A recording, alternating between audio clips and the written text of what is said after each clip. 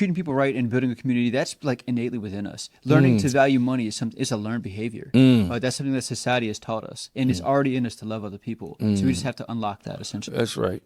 And understanding what that means. Everybody at all levels, my people, my kids, same thing. Now, I like that you're saying that, because all the needs out here, it looks different to each person. Right. So you can go to Diggstown, and you can even go to Oakleaf right across the street. Then you can go to Calvert Square, you can go to Young's. Right. Not everybody's facing the same thing. Exactly. Not everybody's experiencing the same thing. Exactly. And if they are, it's at different levels, Yes. different people, different dynamics, Yes. different educational backgrounds, Yes. different financial status.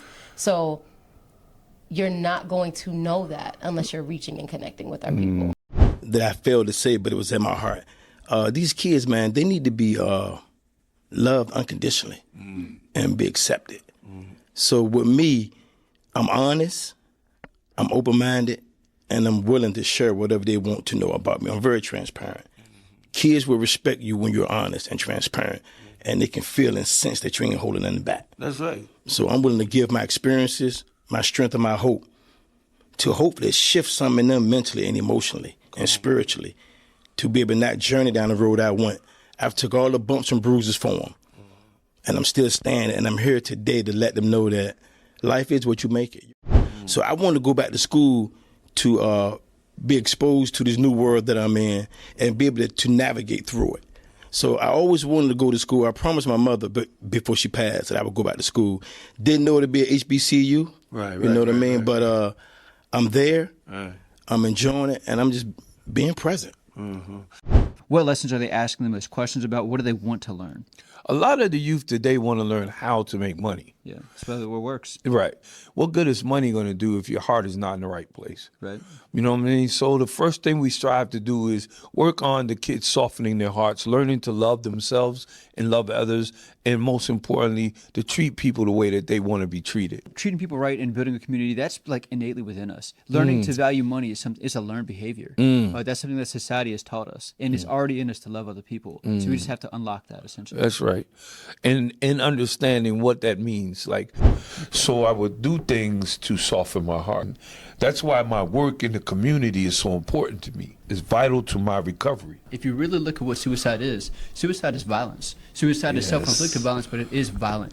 They don't have a softened enough heart. The fear that I have when I get back out in this world of, yo, I can't fail. Well, if we actually provided more prevention, then you would need the intervention and all the other monies that flow and get wasted on casualties, because we need to be putting money into prevention. We need to be putting money. And when she says casualties, people, she's not just talking about people who pass away. She's talking about people who are put in the prison system, caught up in the mental health system, things like that. All of the unfortunate circumstances that people can deal with as it relates to incarceration, violence, all those things. You show up in those spaces that have asked for help, and sometimes it's not even a verbal ask for help. Right. When you see that those crime stats up high, that's right. you got to intervene. You got to intervene. You got to step in. And it doesn't have to always come from top leadership. That's right. It can come from within, and that's really the level of where we're trying to build our people up.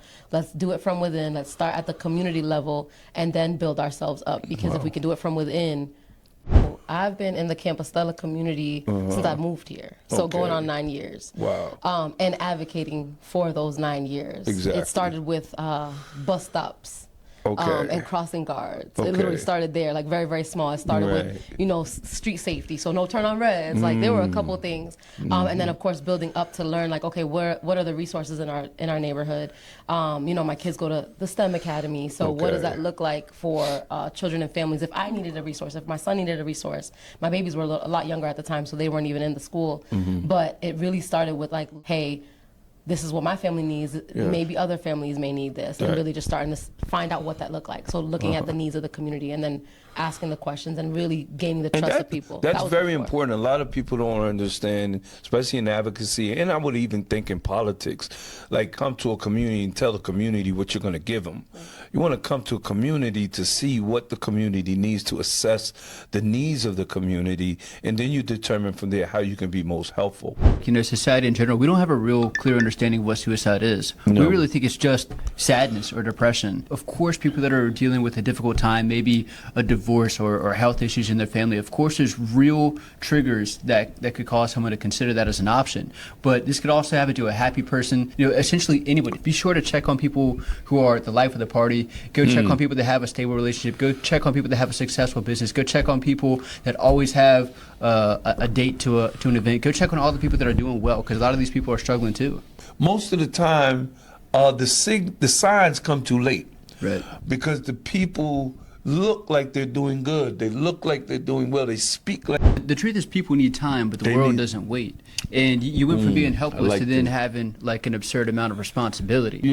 I did the wrong thing. Right. I jumped right in, returning to my family, being a married man, trying to take on all the responsibilities because I've been gone for so long. I felt, I felt a little helpless. You ever see a farmer, right? Mm-hmm. The first thing the farmer's concerned about, what? The soil, ground, right? And making sure that you're bringing yourself up in the right environment, being in the right places with the right people doing the right thing. You know what I'm saying? That's what it's all about.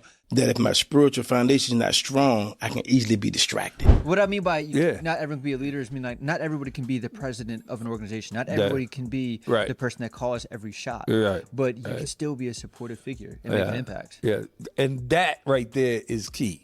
We always tend to think that if we're not getting the limelight, that we're not being recognized, or we're not being impactful. And that kind of attention, I honestly believe it's overrated. I haven't really gotten to that level to where I get that kind of attention. I've never been in the limelight. But I tell you what, even just scratching the surface of a little bit of attention on you, and you just have so much advice given to you, so many people telling you if you're really wanting to become a leader, I would say be patient and take consistent consecutive action.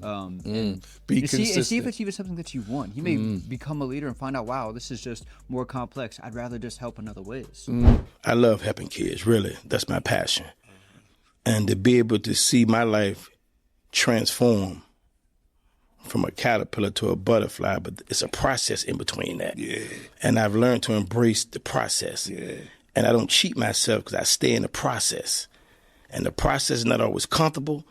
I don't always know what's going on, but I stay in the process because the best version of myself is going to come out through the process. That's right. Things like integrity, that's right. Resilience, that's right. Endurance, pressure. You know what I'm saying? And the diamond got to be cut multiple times. So I got to be cut multiple times to get the best out myself. Come on. And a lot of that has to do with the fact that we got babies raising babies for real. You know what I mean? There's some accountability needed too. Yeah, a lot of the parents are saying, hey, I'm not the problem. My child is the problem. Yeah. But yet, you're bringing him into this volatile, you know what I'm saying, screaming and yelling, cursing, and alcohol and drugs. They have to go to an environment like that. What would you suggest to them?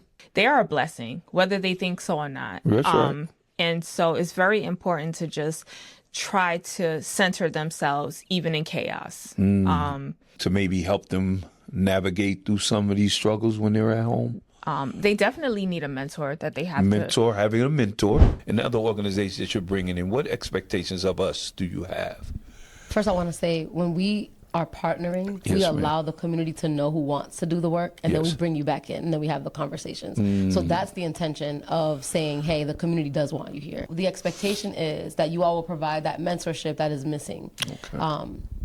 Mentorship is missing in our communities, and we know that. We know that there are a lot of people with a lived experience that want to do more, because that also helps them. It's a reciprocal process. While you are mentoring them, they're you're learning from them. That's right. And they're learning, and then they're passing on their learning skills, what they're learning from you. And if we continue that, then we can break a lot of cycles in our community. This has been powerful. Wherever that is, wherever you go, you are you, and you need to be you. Doesn't matter how small, tall, whatever color you are. That's right. When you are in these spaces, you exude you and your energy, and let people know who you are, and don't ever back down to it. So what do you say to those people? And just from what I come from, like my background, my heritage, my culture, my race, is a diverse background. I can't serve everybody on my own, but when we collaborate, we can. And I put myself in those spaces because I know a lot of people may not have that voice and choice to be able to do that. They may think that they have a choice, or they know that they have a choice, but they may not have that voice to kind of advocate, to self-advocate.